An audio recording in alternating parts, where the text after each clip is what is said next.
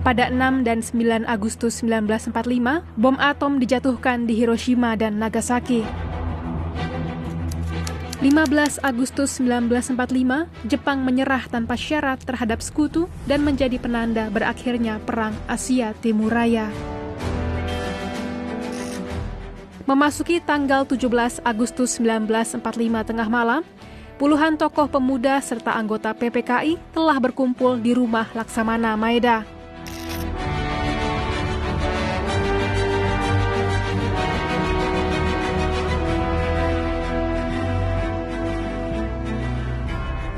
Proses perumusan naskah proklamasi dilakukan oleh Soekarno, Hatta, dan Ahmad Subarjo di ruang makan, sedangkan yang lainnya menanti di ruang besar. Yang merumuskan 3, Bung Karno pengen Bung Hatta yang mendikte, karena Bung Hatta ini yang paling tertib bahasanya kira-kira, ya kan? Ini bahasa politik ya kan? Kata Bung Karno, you diktein, saya tulis. Mungkin ada coret-coret ya, ada Barjo juga di sini sama ikut nyaksin. Bertiga ini ngerumuskan. Setelah mereka rumuskan, mereka bacain.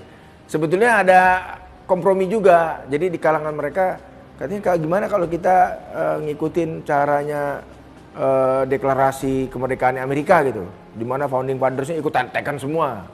Itu Bung Hatta tuh bilang teken semua yang sini lah, ayo. Wah, gue bingung kan, gini. Kemudian Soekarni datang dengan usul, udah yang teken berdua aja, tapi atas nama bangsa Indonesia, atas nama rakyat Indonesia. Ya udah disetujui. Nah, setelah tadi disepakati siapa yang harus menandatangani, apa saja yang harus diubah, dan akhirnya sudah sepakat. Nah, kemudian Bung Karno meminta kepada Sayuti Melik untuk mengetik naskah proklamasi dengan didampingi wartawan BM Dias. Ada permasalahan memang awalnya. Saat itu Maeda tidak memiliki mesin ketik dengan huruf Latin, punyanya huruf kanji, dan akhirnya ajudan Maeda berinisiatif meminjam ke markas Angkatan Laut Jerman. Mesin ketik milik Angkatan Laut Jerman itulah yang digunakan untuk mengetik naskah proklamasi.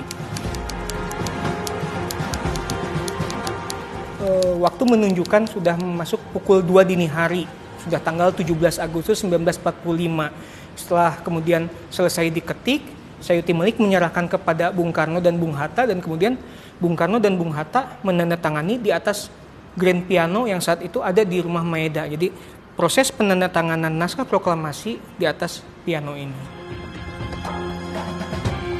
Berbekal naskah yang telah ditandatanganinya, Soekarno memproklamasikan kemerdekaan Indonesia beberapa jam kemudian. Proklamasi dilakukan di kediamannya di Jalan Pegangsaan Timur yang berjarak hampir 2 km dari rumah Laksamana Maeda. Secara keseluruhan, rumah Maeda hanya digunakan selama 4 jam. Namun, 4 jam itulah yang turut menentukan nasib Indonesia sebagai sebuah negara. Peran Laksamana Maeda yang memfasilitasi perumusan naskah proklamasi mencuatkan pertanyaan mengenai sosoknya. Lalu, apa yang dilakukan oleh Maeda pada malam itu? Memang ada beberapa versi bahwa Maeda beristirahat di lantai atas, namun meminta ke stafnya seperti Shigeta dan Nishijima untuk mengawal peristiwa tersebut, dan Ibu Satsuki Mishima yang mempersiapkan kebutuhan seperti makan dan minumnya para tokoh yang sedang melakukan pertemuan di lantai bawah. Penampakannya orang Jepang gitu ya, yang kemungkinan bisa dikesankan campur tangannya Jepang terhadap kemerdekaan Indonesia itu untuk sementara waktu memang nggak pernah disebutkan, sampai kemudian Shigeta dan Nishijima mengeluarkan satu memoir gitu.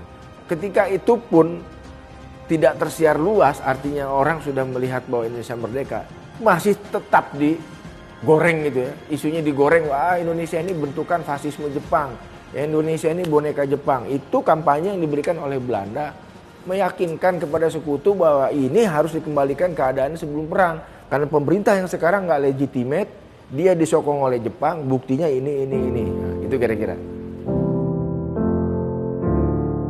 Maeda harus menanggung konsekuensi berat setelah mengizinkan rumahnya digunakan sebagai tempat perumusan naskah proklamasi. Saat Inggris datang pada September 1945, Maeda dan stafnya, Shigeta dan Nishijima, ditangkap dan dimasukkan ke penjara Glodok dan rutan Salemba. Setelah dipulangkan ke Jepang, Maeda dituduh membangkang. Hingga akhir hayatnya, Maeda memilih menjadi warga sipil biasa. Di era-era tahun 2000-an ini, museum merasa ada pergeseran pemahaman mengenai sosok Maeda bagi orang Jepang.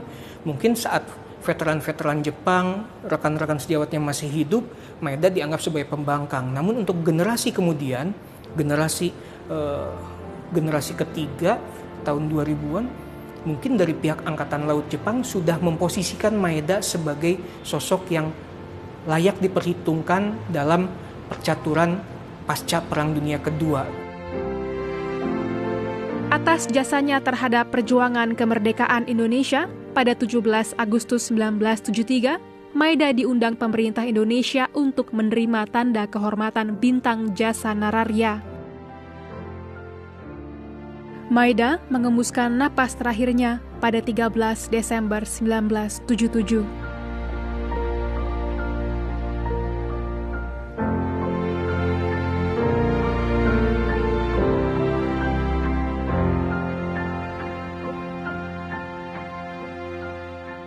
Semuanya seperti kayak belokan di sejarah gitu ya.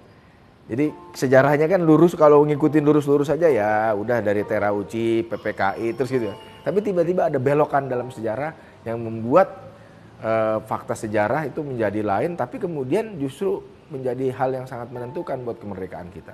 Jadi saya pikir tidak dimulai di rumah ini sebenarnya, tapi rumah ini seperti sebuah halte yang dilewati dalam rangkaian sejarah kita gitu.